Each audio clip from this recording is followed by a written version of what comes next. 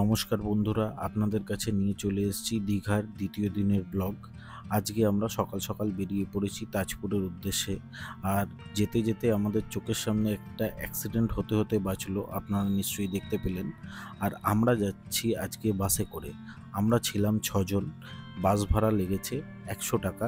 আমরা বাসে করে অর্ধেকটা যাব, ওখান দিয়ে আমরা একটা টোটো বুকিং করে তাজপুর যাব।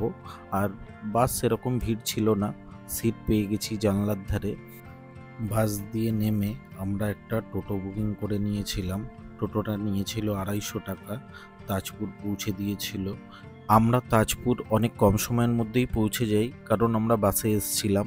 আর এখানে কিছু সাইট সিন ঘুরে নেওয়ার পর তারপরে আমরা সমুদ্রের ধারে যে ছোট ছোট হোটেলগুলো আছে ওখানে গিয়ে আমরা দুপুরের লাঞ্চটা সেরে নেব।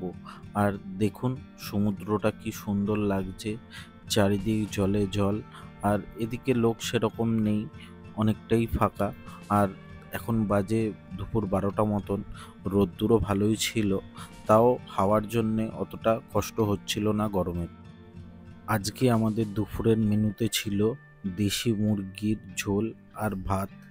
দেশি মুরগিটা ওজন করে নিল, আর ওই 1.5 কিলো কাছাকাছি মতন হয়েছিল। আমাদের 6 জনের ইনাফ। তো যতক্ষণ রান্না হচ্ছে আমরা একটু মজা করে নিলাম, তারপর তাড়াতাড়ি দুপুরের লাঞ্চটা সেরে নিলাম। আজকে সারাদিন আমরা খুব মজা করলাম। এখন সন্ধে হতে যায়, এবারে হোটেলে ফেরার পালা। তো যাওয়ার সময় একটা গাড়ি পেয়ে যাই, গাড়িটা ডাইরেক্ট আমাদের হোটেলে নামিয়ে দিয়েছিল।